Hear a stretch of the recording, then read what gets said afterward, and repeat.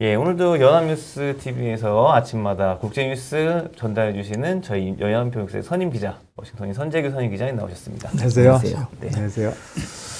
예, 사실 저희 김종성 대표님이 그 선임 기자님 엄청 뵙고 싶어 하셨어요. 잘 뵙겠습니다. 예. 예, 그래서 부탁드립니다. 사실 오늘 제가 이렇게 새벽에 나오시게 된 것도 선임 기자님 꼭 한번 뵙고 싶으시다고. 예.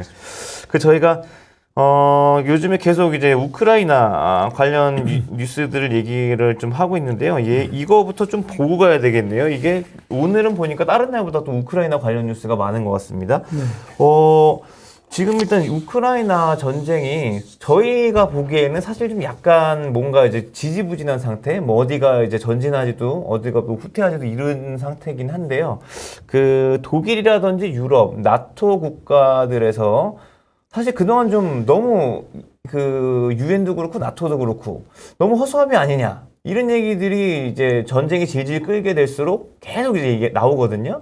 너네가 결국 이제 결정할 수 있는 게 뭐냐, 할 수 있는 게 뭐냐 이런 얘기들이 계속 나오는데 독일이 이런 부분에 있어서 좀 뭔가 총대를 한번 내보려고 하는 모습인가요?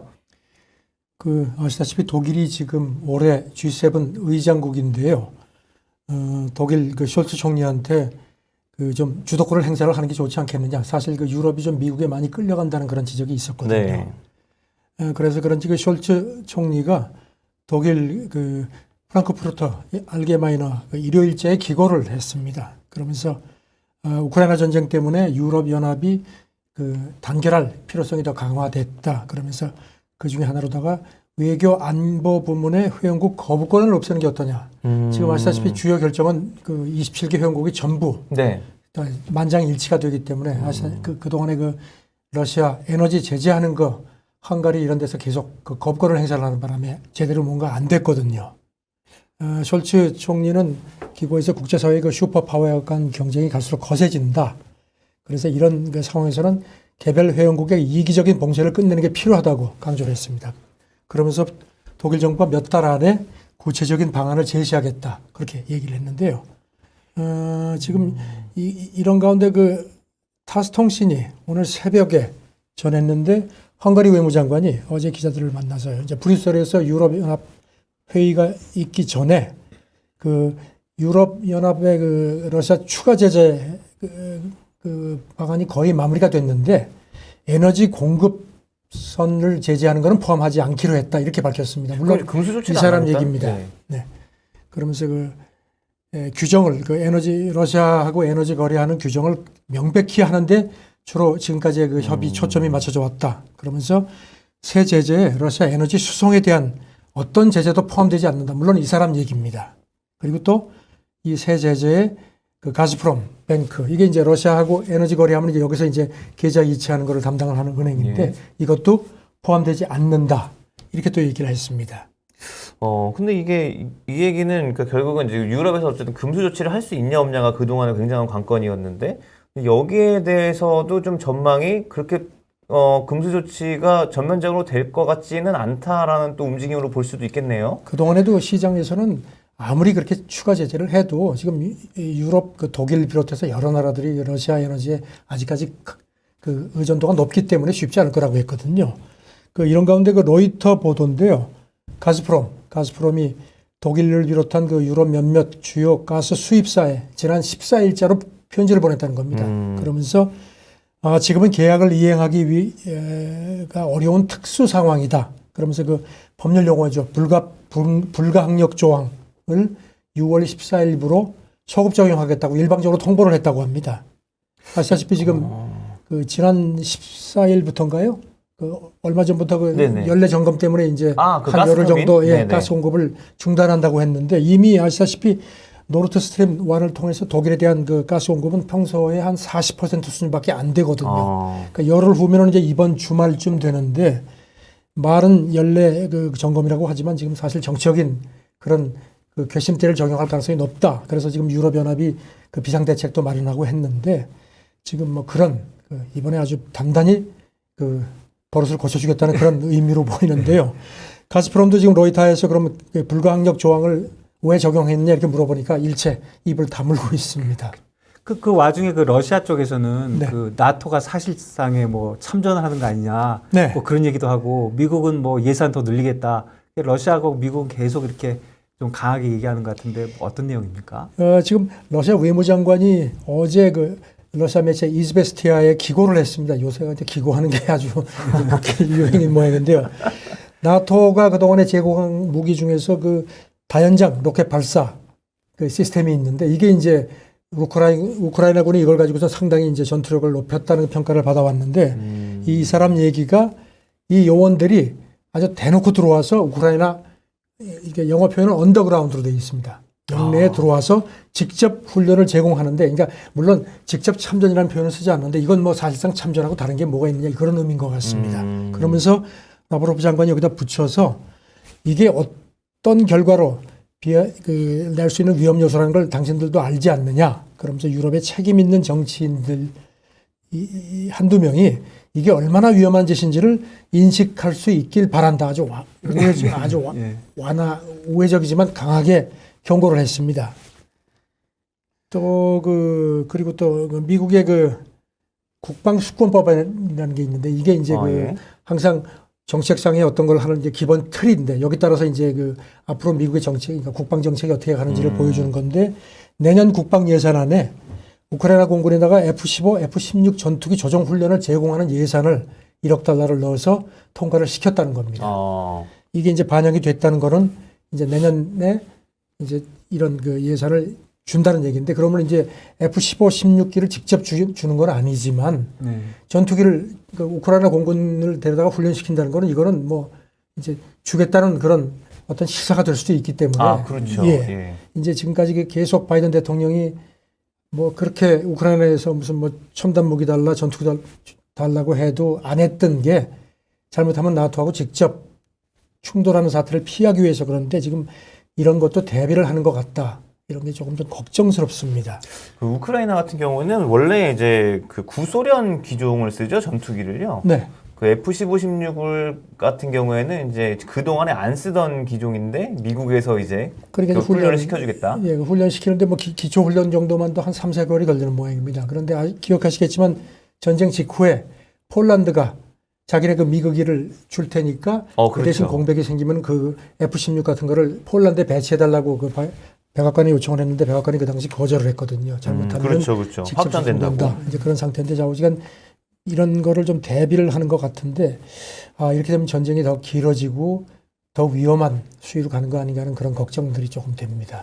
참 이게 미국에서 과연 이 전쟁을 끝내기를 원하는 것인지 아니면 이게 더 이제 길어지기를 원하는 것인지 좀 많은 분들이 헷갈릴 수밖에 없는 이런 대목인 것 같습니다. 뭐 그 속을 누가 알겠습니까? 예. 근데 지금 뭐 전에도 몇 차례 말씀드렸지만 푸틴이 하는 걸 보면 푸틴은 이제 좀 표현이 그렇지만 도박판으로 이제 치면은 푸틴은 어느 정도 판돈을 걷어서 이제 가려고 그러니까 까고 나가려고 하니까 이제 예. 바이든이 가긴 어딜 가. 그럼 이제 개평 주고 나가면 되는데 다 털어놓고 가라는 겁니다. 그러면 이제 이 결국 그렇게 되면 이제 나중에 지금 그야말로 이제 주먹 다짐하게 되는 건데. 그렇죠. 조금 글쎄요. 이게 지금 여러분 그 보시는 분들도 많이 아실 겁니다만 이게 그 옛날에는 저희 그 명절 때 이제 고스톱 치다가 싸움 나는 시나리오가 딱 그거거든요. 그죠? 처음에는 뭐 결국은 하다가 미국하고 러시아의 문제로 자꾸 귀결이 되는 것처럼 보이네요. 유럽에서 미국으로. 그러니까 유럽이 전쟁은 자기네 전쟁인데 그러니까요. 이제 진짜 그 바이든이 뒤에서 다 이렇게 하는 그런 식이 됐는데 지금 이제 또 지금 뭐 바이든이 뭐 옛날 같지 않다 뭐 그런 얘기도 있고요. 참 복잡한 상황입니다. 그 얘기는 저희가 또 바이든 얘기는 뒤에 저희가 또 한번 여쭤보고 싶은 부분이 또 하나 있고요. 자, 일단 이 우크라이나 전쟁 하는 동안에 사실 전쟁이 길어지면 길어질수록 또 웃고 있는 기업이 또 하나가 있네요. 네. 저희가 보니까요. 요즘에 이제 여러 가지로 투자자들 입방아에 많이 오릅니다만, 일론 머스크가 이제 우크라이나에다가 그 인터넷망 스타링크라는 거를 제공을 해주고 있는데, 근데 저는 사실 이 스타링크라는 거가 스페이스X에서 이런 걸 하는지도 몰랐고 이런 걸 이번에 우크라이나 전쟁으로 처음 알았거든요. 그러니까 뭐 저도 잘은 모르는데요. 네. 저궤도 위성 띄워놓고 거기다가 이제 무선 인터넷망인데 이제 오지 같은데 이제 뭐 인터넷망이라는 게 없고 뭐 이런 경우 이제 기지국도 없는 곳에 이제 직접 쏴서 할 수 있게 하는 건데 처음엔 사실 이게 뭐 그렇게 효과가 있겠느냐 하는 얘기들이 많았는데 이번 전쟁 터지고 나서 아시다시피 우크라이나 그 지상 그 통신망이 뭐 러시아 그렇죠. 공격 때문에 많이 파괴가 돼서 그런 상태인데 이 스페이스X죠. 여기서 이제 여기다가 이제 이거를 지원을 했는데 이게 의외로 지금 굉장한 성능을 발휘를 해서 그야말로 누이 좋고 매부 좋고 그러니까 이렇게 우크라이나에 대한 어떤 인도적인 지원이라는 의미도 있고 그다음에 이제 이 스페이스X 입장에서는 이 성능을 제대로 테스트하는 그런 성능 테스트장이 됐다는 겁니다. 그런데 이제 평가가 워낙 좋다. 지금 우크라이나 군도 그렇고 전부 하는 얘기가 이렇게 지금 뭐 휴대전화망이 다 깨졌는데 이것 때문에 지금 뭐 이렇게 가족하고 이렇게 뭐 연락하는 것도 물론이지만 군 통신망 역할도 충분히 한다는 겁니다. 그건 대단한 거네요. 네, 사실은. 그래서 비밀번호를 공유해서 네. 이렇게 해가지고서 이제 부대 그러니까 작전하는데 네. 이렇게 뭐 통신 이제 뭐 무선 그런 걸 쓰지 않고 이걸로 전화를 걸어가지고 직접 해서 아주 굉장한 효과를 냈다는 겁니다. 그래서 어떤 그 우크라이나 동부 최전선 부대 소대장이 월스트리트저널에 이 스타링크가 아주 그야말로 아주 대단하다 그러면서 이게 없었으면 우리는 이미 졌을 거다 이런 얘기까지 했습니다.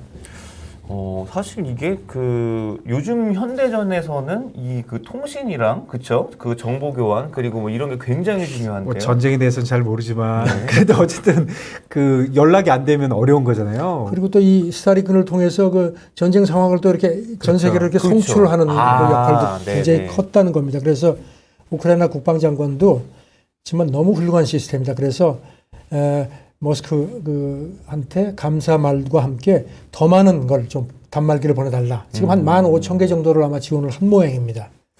근데 이게 사실 이게 전쟁 상황에서 이런 식으로 이렇게 처음 그 제품을 갖다 이게 제품이라고 하니까 좀 너무 제가 좀 그렇습니다만 제품은 이렇게 전쟁을 통해서 딱 선보여가지고 성능이 딱 입증이 돼버리면 광고가 그만한 광고는 없잖아요. 그런 경우가 사실 많았잖아요. 전쟁 중에 뭔가 이렇게 된.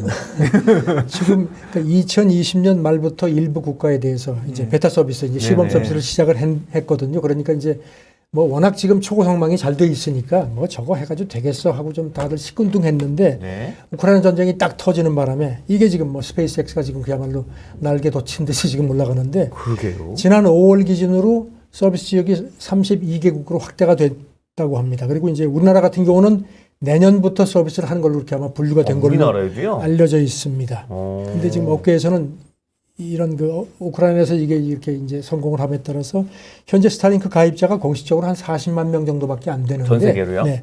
2025년까지 한 4천만 명 정도가 될 것 같다. 이렇게 해서 참 머스크가 모처럼 히트를 하나 친 것 같습니다. 최근에 요새 계속 스캔들의 구설수만 시달리는데 말이죠. 그다음에 유럽의 그 다른 얘기인데 저 유럽의 그 저 언론들이 미국이 요즘 뭐 인플레이션이니 뭐니 다 어려우니까 앞으로도 계속 우크라이나 뭐 도와줄 역량이 있을까? 뭐 그런 보도가 좀 있었다는데 그런 얘기 좀 해주시죠. 네, 이코노미스트가 그 최신호에서 분석을 했습니다. 그 이걸 보면은 그 말씀하신 대로 미국이 지금 이제 시쳇말로 제코가 석자가 돼가지고 인플레 때문에 지금 죽겠는데 네네.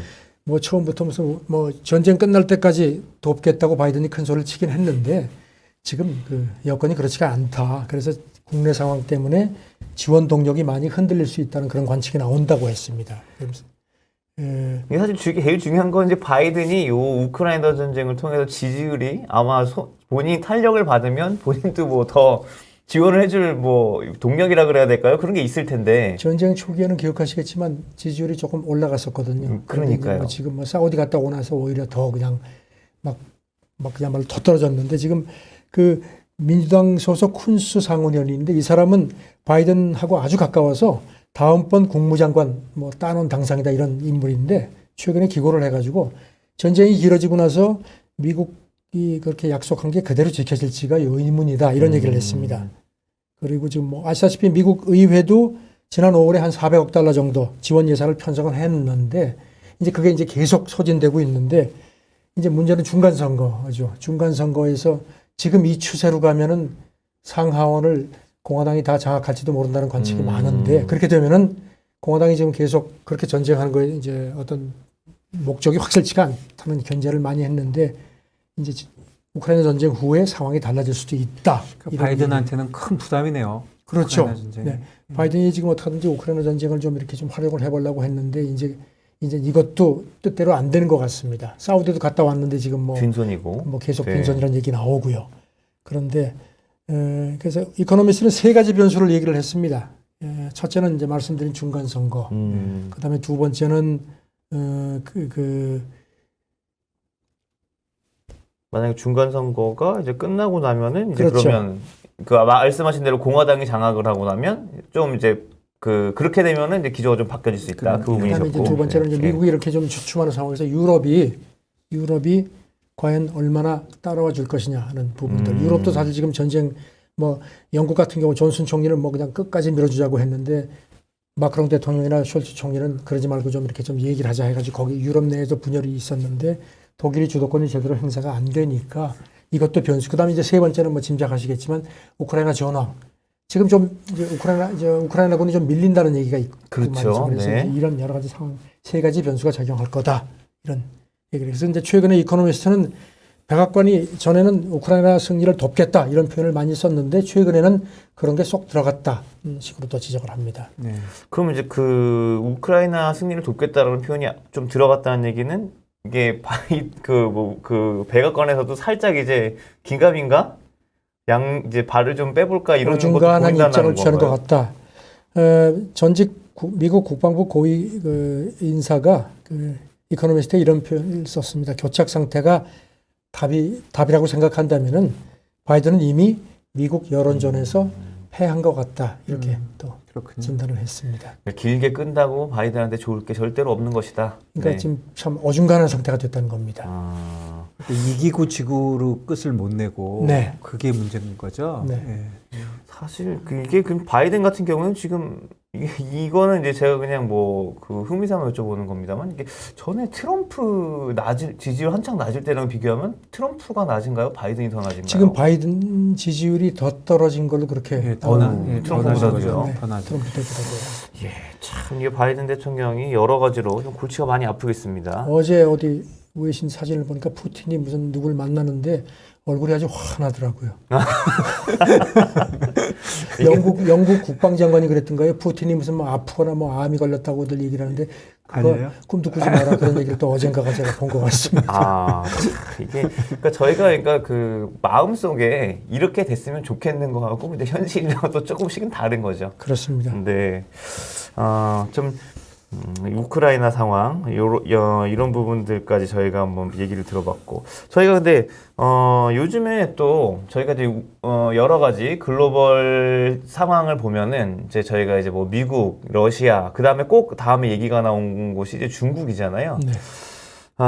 중국 얘기를 좀 여쭤보고 싶습니다. 중국 같은 경우에 최근에 여러 가지 좀 힘든 일이 많았죠. 아무래도 제로 코로나 기조 때문에 상반기에 봉쇄하고 이랬던 것도 많았고 그것 때문에 이제 또 글로벌리하게 또 수요 감소가 나온다, 경기 침체 앞당긴다, 이런 얘기도 있었는데요.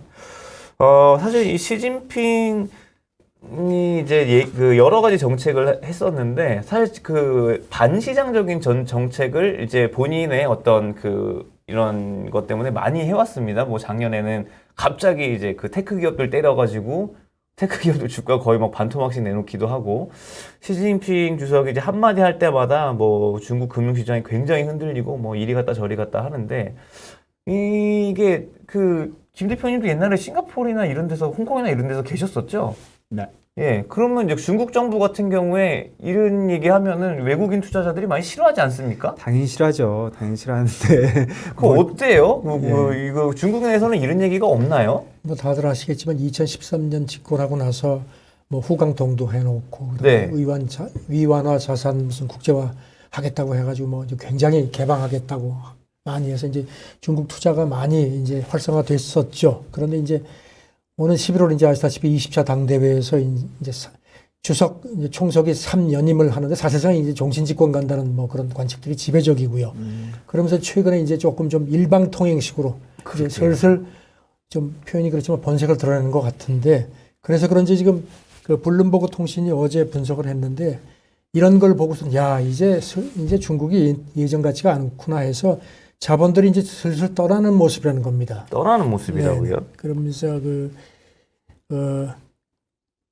투자자들도 지금 특히 이제 그 제로 코로나 기조를 계속 봉쇄를 이제 가지고 고수를 하는 상황에서 언제 또 다시 또 이렇게 베이징이나 상하이 같은 거 아주 정말 서방에서는 우리는 상상도 못하는 식의 그 통제를 했지 않습니까? 그래가지고 경제 성장 갉아먹는 거 감수하면서까지 했는데 그렇죠. 네. 그래서 지금 언제 또 그런 일을 할지 모른다 이런 걱정들도 많고 해서 영국의 그 투자사 러퍼 같은 경우는 한 310억 달러 정도 자산을 운영을 하는데 10년 이상 그 홍콩 사무소를 운영을 해온 거를 이번에 폐쇄를 했다고 합니다. 그쪽 관계자 얘기도 제로 코로나의 끝이 보이지 않는다. 그래서 지금 뭐 이런 여러 가지 지정학적 위험을 고려할 때 일단은 중국을 제쳐놓는 게 안전하다고 생각했다. 이렇게 판단을 했다고 합니다. 지금 뭐 세계 신흥시장 주식펀드에서 그 중국 비중도 3년 반 사이 최저로 떨어졌다는 집계도 나왔고요. 이런 상태인데 지금 중국 자산을 언제 저가 매수하겠다는 그런 관심들이 최근까지만 해도 많았던 것 같은데 이제는 어떻게든지 익스포저를 줄이는 쪽에 관심이 있다는 겁니다. 제로 코로나를 자꾸 하니까 지금 가장 큰 걱정은 저렇게 막다가 이제 팡 터질까봐 하는 거잖아요. 네, 네. 미국이나 이런 데는 다 이미 다 거쳐갔는데 네. 저렇게 막다 결국은 못 막아서 터질까 그런 걱정인 거죠. 예, 지금 뭐 오늘 아침인가 어디 그 CNBC인가를 보니까 어느 중국 그 휴양지에 한 3천 명이 가 있다가 이제 그쪽이 이제 봉쇄가 되는 바람에 이 사람들이 그냥 6일째 발이 묶여 있다는 겁니다. 처음에는 저위험 지역에서 온 사람들은 PCR 검사하고 보내주겠다고 했는데 이제는 그런 거 없어. 무조건 여기 있어. 그러니까 관광이 아니라 이제는 완전히 그냥 그야말로 감옥이 됐네요. 감옥이 된 그런 것도 있는데 중국만 가능한 건데요. 사실 그래서 지금 그런 움직임들이 있는 그냥 칼라이 같은 경우도 지금 그 아시아 투자 펀드에서 중국 익스포저를 평상시보다 상당히 줄이고 대신 우리나라, 동남아, 호주, 인도 같은 비중을 높이기로 했다.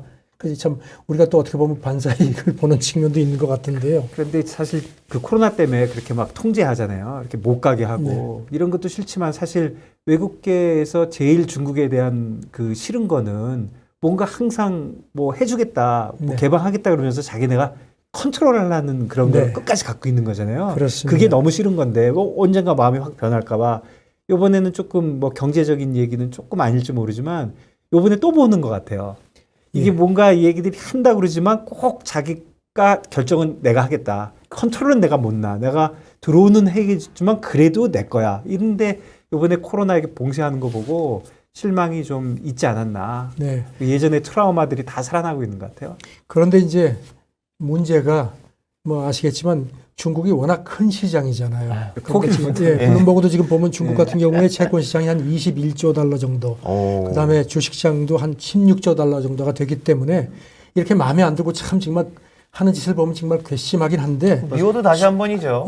손을 떼기도 그렇다는 겁니다. 선택의 여지는 없는데 어쨌든 너무 싫은 거죠. 그래서 지금 이거를 아직은 손을 못 대겠는데 그러니까 그런 표현이 먹자니 뭐 그렇고 또 놓자니 그렇고 하는 그런 아주 그런 묘한 상황이다. 그런데 최근에 그 양상은 그 신뢰를 더 잃은 것 같아요. 사실 근데 말씀하신 대로 시즌이 3년임을 지나서 종신 집권까지 간다고 하면 이제 그런 부분에 있어서 이제 이런 통제나 이런 부분은 더 하면 더 했지 덜 할 거라고 생각하기는 좀 어려운 거잖아요. 그 명목적으로는 뭐 개방을 할 수 있는데 속내는 계속 하겠죠. 그렇죠. 지금 더군다나 이렇게 전쟁 때문에 이렇게 자꾸 이렇게 금융시장도 이렇게 갈라지는 이런 움직임이라서 시진핑이 또 그런 의미에서 더 밀어붙일 수 있는 것도 좀 이렇게 시장 그 불확실성을 높이는 요소 아닌가 싶습니다. 그 중국 지금 투자한 이제 그 아이비들은 사실 좀 손해를 좀 봤죠, 올해. 예, 지금 보니까요, 그 CSI 300 같은 경우는 17개월 전 고점에서 한 27% 정도 떨어졌는데 이게 미국 S&P 500 지수보다 하락률이 훨씬 더 큰 걸로 그렇게 비교가 됐습니다. S&P 지수가 지금 한 26% 뭐 이 정도 빠진 걸로 보고 있으니까 그거보다 좀 더 빠졌네요. 네, 그리고 중국의 그 하이힐드 달러와 채권 투자자들도 연초 대비 한 34% 정도 손실을 본 걸로 그렇게 블룸버그가 집계를 했습니다. 이게 확실히 이제 대표님 말씀해주신 대로 이제 시장 규모나 이런 게 깡패긴 한데 이제 손실이 나오기 시작하니까 이제 이거는 더 이상 견딜 수가 없다. 약간 이런 거. 예, 중국은 진짜 어렵습니다. 중국은 진짜 어렵고, 진짜 뭐 예측이 잘 안 되니까 더 어렵고. 미국 얘기도 좀 해주시죠. 월가 얘기도. 네, 미국 경기 침체 뭐 얘기들 많은데 글쎄 이게 참 워낙 지금 헛갈려서 그런데 지금 월스트리트저널이 지난 8일부터 12일까지 해서 월가 그 실물 경제학자 그 62명을 대상으로 조사한 결과를 그저께 이제 공개를 했는데요. 경기 침체는 예상되는데 그 심도는 그동안에 좀 걱정됐던 것보다 그렇게 강하지는 않을 것 같다는 그런 게 중론으로 나왔다는 겁니다. 왜냐하면 2008년 금융위기 때하고 지금은 조금 양상이 다르다. 뭐 코로나 뭐 다들 아시겠지만 코로나 대유행 때문에 일자리라든가 재고 상황 같은 게 그때하고 비교하기 이제 그러니까 수평 비교하기는 좀 어렵다는 그런 분석들입니다. 그래서 이번 침체가 좀 독특한 형태가 될 것 같다. 핌코 부대표도 그저께 인터뷰하면서 다가오는 침체는 분명한데 월가 그 비관론자들이 그렇게 너무 걱정을 하는 것 같다 그러면서 허리케인이라는 표현을 다이몬이 썼던가요? 네, 허리케인이 아닌 가벼운 비 정도 아니겠느냐 이 사람은 그렇게 또 봤습니다. 이슬비. 네, 이슬비로 봤다. 그러면서 하지만 이슬비가 계속 내릴 거다. 이제 가랑비에 옷 젖는다는 표현이 있죠. 네, 이런 표현을 썼는데 글쎄 그리고 이제 그래서 투자자들한테 좀 공격적인 투자들한테는 이런 침체 리스크가 좀 가볍게 보일 수도 있다. 약간의 뭐 경고성 같기도 했습니다. 이게 사실 보면은요, 이게 지금 설문조사를 한 거를 보면은 응답자들도 전체적으로 이제 그렇게 큰 침체는 없을 거다라고 이제 응답자들이 생각을 전체적으로 하고 있는 거죠. 그러니까 지금 그야말로 비슷비슷한 것 같습니다.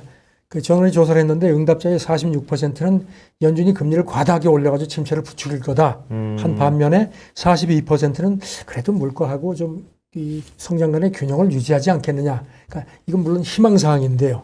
그다음에 이제 경기 침체 가능성에 대해서는 지난 1월 같은 경우는 18%로 조사가 됐었는데 이 조사에서요. 이번에는 49% 꽤 많이 올라갔죠. 그리고 특히 최근 한 달 사이에 한 5%포인트 급등한 걸로 돼 있고요. 그리고 이제 가장 많은 40%가 침체가 6개월 이상 진행될 거로 봤습니다. 그런데 이제 아시다시피 전미경제연구소 NBER 같은 경우는 1950년 이후에 자기들이 이제 평균 침체 기간을 조사를 했더니 한 10개월, 10.3개월 정도. 그러니까 이제 그때보다도 조금 평균보다는 좀 침체가 좀 짧지 않겠느냐. 그렇게 약간 희망적으로 보는 것 같습니다.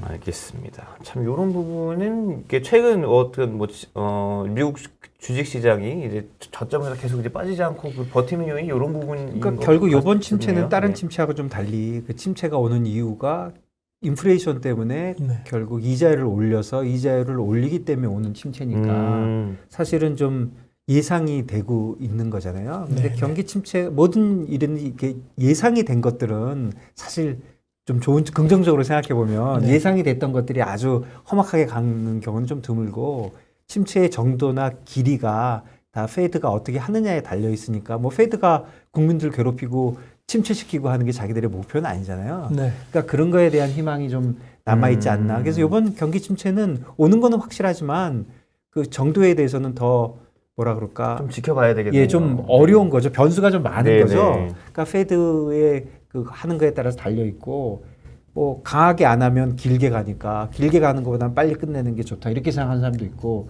그렇게 강하게 할 필요 뭐 있어 그냥 좀 가면 되지 이런 그렇죠. 사람도 있고 네. 하니까 결국 페드에 많이 달렸다 이렇게 저는 그렇게 생각이 됩니다. 네. 차장 가랑비인데 가랑비 계속 맞으면은 그렇죠. 젖고 그렇죠. 진짜 우산 없는 사람들은 진짜 심각하지 않습니까? 예. 예. 어려운 사람들은 더 그렇죠. 어려워지니까 참 그게 문제죠. 예, 맞습니다. 영국이 그렇게 비가 많이 오니까 우울증 많이 걸린다 그러잖아요. 예, 이슬비 많이 오면 투자자분들이 우울증이 옵니다, 진짜로. 네. 이거에 어떤 분들이 그 얘기 하시던데요. 급락보다는 이렇게 흐르는 게 그렇죠. 제일 괴로운 거는 더 괴로운 거다. 많이 움직이는 게 아니라 그냥 가만히 가는 거죠. 네. 3,300이었던 게 2,300을 갔는데 좀 모르긴 했는데 2,500으로 한 2년 가보세요. 그러면 3,300 샀던 사람들은 너무 답답한 거죠. 그렇죠. 확 오르고 내리면은 뭐 어떻게 기회가 있다고 오히려 생각하는데 그렇게 말입니다. 비슷한 네. 심리인 것 같아요 지금. 예. 저는 전쟁이 문제입니다. 네. 전쟁. 참, 근데 이 전쟁이라는 변수를 참 어떻게 지금으로 봐서는 통제가 가능할 것 같지가 않아 보여서. 네. 어떤 영화를 보니까 전쟁은 늙은이들이 일으키고 죽는 건 젊은 사람들이 죽고 힘들다고. 예. 저도 좀 전자에 속하면서 대단히 참 안타깝습니다. 별 말씀. 네, 참 안타까운 일입니다. 빨리 저희도 이게 전쟁이 끝나고 좀 여러 가지 이런 불확실성이 좀 없어졌으면 네. 좋겠는데요. 예, 오늘도 예, 여러 가지 국제 뉴스 전해주셔서 감사합니다. 고생하셨습니다. 네, 감사합니다.